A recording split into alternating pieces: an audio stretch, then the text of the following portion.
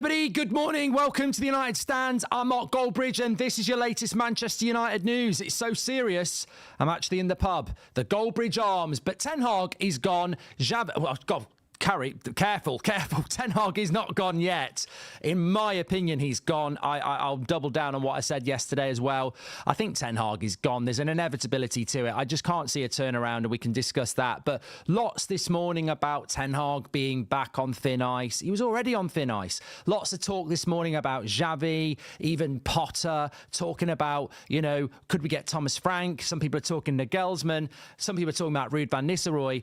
I think that, look, last night set me free. My conscience is clear. I've stood by this manager. I've stood by this team. Some people have, some people haven't. But ultimately, we're all going to end up in the same position. This morning, I'm tired of it. I'm bored of it. And this is Manchester United. This is life. You're only here once. We're here for a good time, not a long time. We can't just keep looking at the league table and going, well, what about Michael Oliver? What about all the chances missed? I look at what Ten Hag said yesterday, and I want to go back in time a little bit and just look at this season. And we'll also talk about where we are as a football club and what's happening. There's a lot of there's a lot of outlets there making out like they know what's going to happen, that, Ineos are really thinking about it hard again, and they're talking to managers, etc., etc. And the truth is, nobody knows what's going to happen. And it doesn't really matter.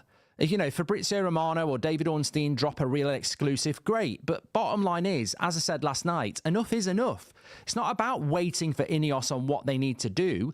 They need to get on with it. They need to publicise what they're doing. I think, Gary Neville said yesterday that if another loss occurs, then it's very difficult to see Ten Hag staying. But I disagree with Gary on that. As somebody that's stuck by the manager and stuck by the team for so long, I think we've hit the point of no return. I accept that it's a case of when they're going to do it, but he is gone. I would sit here and agree with anybody. He is gone. You can demand when it's going to happen, but he is going to go. We've lost 4 games already, and I can already count another 6 losses before May.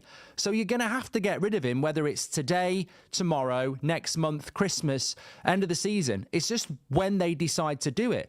Now, being in an unhappy relationship, being in a marriage, if you know you're going to get divorced, do you stay together for the kids?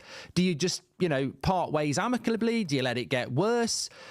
People who say, we'll just stay together for a little bit longer, but ultimately we know we're going to part ways. People become resentful. People stop caring. People stop making your dinner. They stop taping your stuff on Netflix if you even needed to do that. So I think there's an inevitability to this, and I'd be very, very surprised if he didn't end up going. The question is, how quick are Ineos going to react?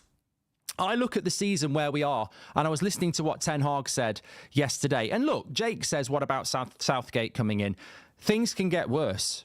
I've always said this to Ten Hag outers, don't just be Ten Hag out, have a solution. Because if you're Ten Hag out and you get what you want, and then you get Southgate or you get Potter or you get someone you don't want, we're in a worse position. Now is the time to actually demand. And look, I'm not saying that I'm sat here saying Ten Hag out. It's not my job to do that. I'd love it to turn around. Do I think it's going to turn around? No, I don't. I think he's gone. I don't think it's going to turn around. And I think that you can see that the players don't believe it's going to turn around. Rightly or wrongly, the players are a factor in all of this.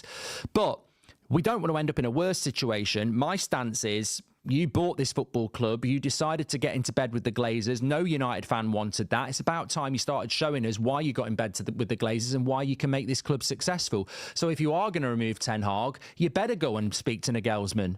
You better speak to Emery. You better speak to Amorim. You better speak to decent managers. And if they say no, fine. But go and speak to them, because you never know. You might be able to offer them enough to make them come and take this job. I don't see why Man United fans should put up with Ruud van Nistelrooy or Graham Potter or maybe even Xavi. Why should we put up with what's available